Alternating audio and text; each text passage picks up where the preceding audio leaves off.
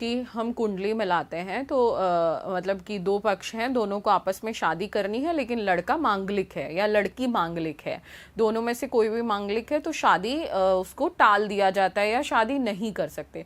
अगर कोई व्यक्ति मांगलिक है और ऐसी स्थिति में शादी करनी है नॉन मांगलिक से, तो क्या किया जाए?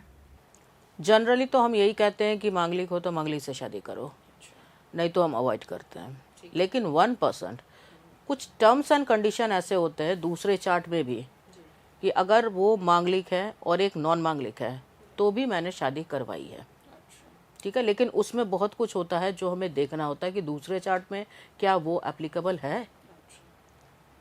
और वैसे ये बात फैक्ट है कि मंगली की शादी मंगली से ही होनी चाहिए, वो ज़्यादा सक्सेस रहती है ऑब्वियसली। मंगली की शादी जो हमारे हॉरोस्कोप में ना 5 घर होते हैं जी। पहला मतलब लग्न, 4th, 7th, 8th, 12th, इन 5 घर में अगर मंगल बैठे हैं तो हम मंगली कहते हैं। दूसरे चार्ट में भी यही चीज देखना चाहिए।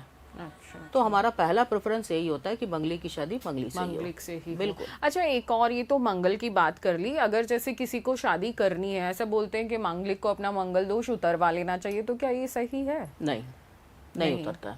वही, क्योंकि दोष मैं ये वर्ड ही नहीं यूज करना चाहती, दोष थोड़ी है, मंगली है। आप ये समझो ना कि it's a type of blood group.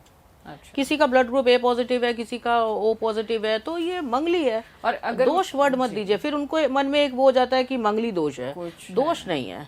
क्योंकि अगर अभी के टाइम में जैसे जैसे अभी सोशल मीडिया का जमाना है, हम एस्ट्रोलॉजी को इतना ज्यादा डीपली जान चुके हैं। पहले क्या होता था, पंडित लोग ही जानते थे, ज्योतिषाचार्य ही जानते थे, इतना ज्यादा लोग नहीं कनेक्ट करते थे। डायरेक्ट ज्योतिष का कनेक्ट मम्मी पापा से हुआ करता था या पंडितों का कनेक्ट मम्मी पापा से बच्चों को। लेकिन अब तो है कि हर किसी को एस्ट्रोलॉजी की नॉलेज होने लगी है। तो मांगलिक है या कुंडली का नॉलेज है या ग्रह नक्षत्रों का नॉलेज सबको होने लगा है, तो सब ये सब जानते हैं। अगर मैं आप थोड़े कम शब्दों में समझना चाहूँ कि मंगल दोष जो आप मना कर रहे हैं दोष बोलने के लिए, जो मांगलिक है वो कैसे किसी के ऊपर मांगलिक की छाया आती है या कौन मांगलिक बनता है, ऐसे क्या नक्षत्र? वो मैंने अभी बोला ना कि 5 घरों में 12 घरों में अगर 5 घर में मंगल प्लेस्ड हो, अच्छा, वही मंगली होता है। बस यही। और वो डिपेंड करता है कि आप कब और किस समय आपका जन्म हुआ है, उसके आधार पर। ऑब्वियसली जो लग्न आपका निकलता है, हमारे जो जब हमारा डेट टाइम जो हमें मिलता है उसमें हम देखते हैं कि लग्न क्या है, ठीक है। तो हमारे 24 घंटे के अंदर 12 लग्न होते हैं। 12 लग्न के अंदर रेगुलर के हिसाब से कितने हजारों लाखों बच्चे मंगली बन रहे हैं। जी जी जी। तो बस वही मंगली है।